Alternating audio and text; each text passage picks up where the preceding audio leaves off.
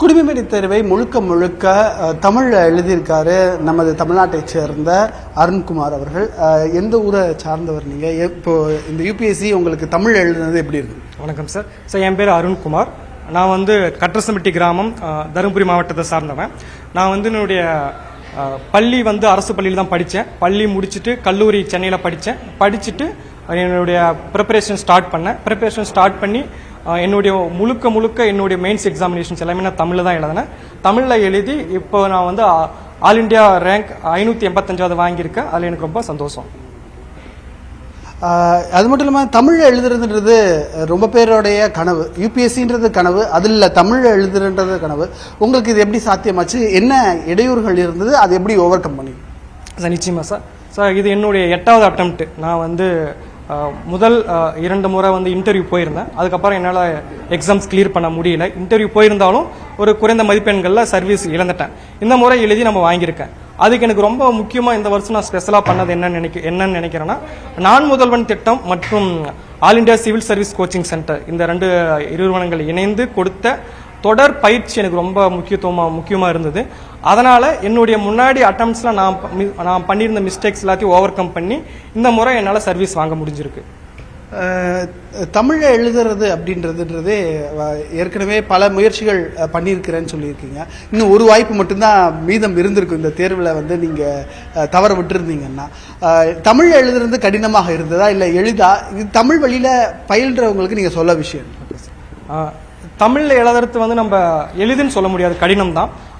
ஏன்னா நம்ம ஏன் தமிழில் எழுதுறோம் அப்படின்னா, அடிப்படை ஆங்கிலத்தில் கொஞ்சம் சின்ன பிரச்சனைகள் இருக்கிறதுனால நம்ம ஆங்கிலத்தை தேர்ந்தெடுக்காம தமிழை தேர்ந்தெடுப்போம். ஆனால் இந்த எக்ஸாம்ஸ்க்கு அடிப்படை ஆங்கிலம் ரொம்ப முக்கியம். முன்னாடி சொல்லியிருந்த மாதிரி எக்ஸாம்ஸ்க்கு வந்து நமக்கு ஃபர்ஸ்ட் ப்ரிலிம்ஸ் பேப்பர்ல 2 பேப்பர் இருக்கு. ஜிஎஸ், சிசெட் பேப்பர்ஸ் ரெண்டுமே ஆங்கிலத்தில் தான் இருக்கும். அதுக்கு நம்ம ஆங்கிலத்தில் தான் பதில் தருவோம். அதுக்கான ஆங்கில அறிவு தேவை. அடுத்தது மெயின்ஸ் எக்ஸாமினேஷன்ஸ் நம்ம தமிழில் எழுதலாம், இருந்தாலும் கேள்விகள் எல்லாமே ஆங்கிலத்தில் தான் இருக்கும். ஸோ அந்த கேள்விகளை புரிஞ்சுக்கிற அளவு நம்மளுக்கு ஆங்கில அறிவு ரொம்ப அவசியம். ஆனால் நம்மளோட தமிழ்நாட்டு மாணவர்கள் குறிப்பாக சிலர் பயணத்துக்கு காரணம் என்னன்னா, அந்த ஆங்கில அறிவு நம்ம கேள்வி சரியா புரிஞ்சுக்க மாட்டோமோ, பிரிலிம்ஸ் பாஸ் பண்ண முடியாதோ, அந்த பயத்துல தான் நம்ம தமிழ்நாட்டு மாணவர்கள் வந்து தமிழ்ல வழியில எழுதுறதுக்கு தயங்குறாங்க. நம்ம அடிப்படை ஆங்கிலத்தை கொஞ்சம் வளர்த்துக்கிட்டு நம்மளுடைய சப்ஜெக்ட் நாலேஜ் இம்ப்ரூவ் பண்ணோம்னா கட்டாயம் இந்த எக்ஸாம்ஸ் வந்து ரொம்ப எளிமையான எக்ஸாம்ஸ் தான். ஆங்கில வழியோ தமிழ் வழியோ அது முக்கியம் இல்லை. இந்த போட்டி இருக்கிற இந்த சூழ்நிலையில் அதுக்கு தேவையான கண்டென்ட்டை நம்ம டெவலப் பண்ணிக்கிட்டு தமிழ் வழியாவே நம்ம எழுதி கட்டாயம் நம்மளால சர்வீஸ் வாங்க முடியும். இன்ஸ்டிடியூஷன் நீங்கள் சொன்ன மாதிரி இந்த நான் முதல்வன் திட்டம், அதே போல் இந்திய ஆட்சி பணி, இவங்களுடைய இன்ஸ்டிடியூஷன், இது 2 உங்களுக்கு கொடுத்தது என்ன? அவங்க ஃபண்டு, ஃபண்டு, ஸ்டேயிங்லாம் நிறையா சொன்னாங்க உங்கள் நண்பர்கள்லாம். எப்படி இருந்தது அந்த அனுபவங்கள்? எத்தனை வருஷமாக நீங்கள் இந்த இடத்த வந்து சூஸ் பண்ணிட்டு இருக்கீங்க? Yes sir. குறிப்பாக முன்னாடி இருந்ததை விட இப்போ லாஸ்ட் 2-3 வருடங்களாக அரசு வந்து நான் முதல் திட்டம் மூலமாகவும் மாதம் வந்து 7,500 ரூபாய் ஃபெலோஷிப் தராங்க.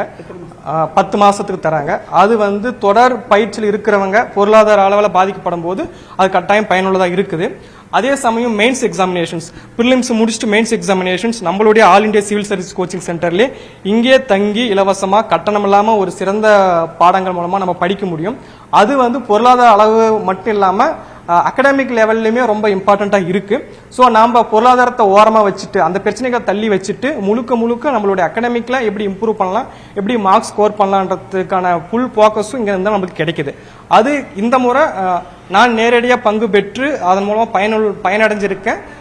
அதனால தான் இந்த முறை எனக்கு முன்னாடி கிடைக்காத சர்வீஸ் இந்த முறை 585வது ரேங்க் என்னால் எடுக்க முடிஞ்சிருக்கு. இந்த ரேங்க் எடுத்தது மூலம் அப்பா அம்மா என்ன சொன்னாங்க? உங்கள் ஃபேமிலி பேக்ரவுண்ட் எப்படி? நான் வந்து விவசாய குடும்பத்தை சேர்ந்தவன். என் அப்பா அம்மா ரொம்பவே மகிழ்ச்சியாக இருக்காங்க. நான் கிட்டத்தட்ட 8 வருஷமா தொடர்ந்து எக்ஸாம்ஸ் எழுதிட்டு இருக்கேன். முன்னாடி சர்வீஸ் கம்மியான மார்க்கில் எனக்கு சர்வீஸ் கிடைக்காம போயிருந்த போதும் தொடர்ந்து எனக்கு படிக்கிறதுக்கு ரொம்ப ஊக்கமாக இருந்தாங்க. என்னுடைய அப்பா அம்மா மட்டும் இல்லாமல் என்னுடைய ஃப்ரெண்ட்ஸு, என்னுடைய டீச்சர்ஸும் மென்டார்ஸு எல்லாருமே எனக்கு ரொம்ப சப்போர்ட்டிவாக இருந்திருக்காங்க. அது மூலமாக தான் இந்த முறை நான் ஓரளவுக்கு முயற்சி செஞ்சு 585வது ரேங்க் வாங்கியிருக்கேன். ரொம்ப நன்றி. ஒரு விவசாய குடும்பத்திலிருந்து தமிழ் வழியில் படித்து தமிழ் வழியிலேயே குடிமைப்பணி தேர்வை எழுதி இன்னைக்கு வெற்றி பெற்றிருக்கிறார். அவருக்கு வாழ்த்துக்கள். ஒளிப்பதிவாளர் நிர்மலுடன் நியூஸ் 18 தமிழ்நாடு செய்திகளுக்காக சுபாஷ்.